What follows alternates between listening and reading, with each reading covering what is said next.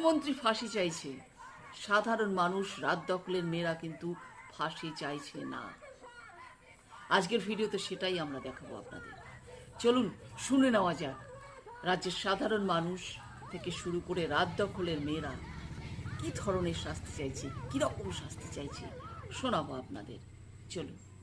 ফাঁসি তো খুবই মজার, ফাঁসি দিলাম মরে গেল, তাকে এমন শাস্তি দেওয়া হোক চতুর্গুণ বেশি জ্বালা সে ভোগ করুক। আমি তো বলি যে ফাঁসিতে সে বেঁচে যাবে, তাকে কৈফিয়ত দিতে হবে না জীবনে, সেও নিজের মেয়েকে কৈফিয়ত দিক।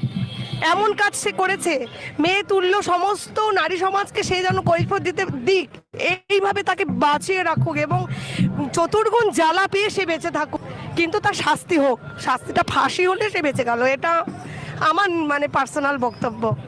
আমরা ডাক্তারদের একটাই দাবি, মহিলাদের একটাই দাবি, আমরা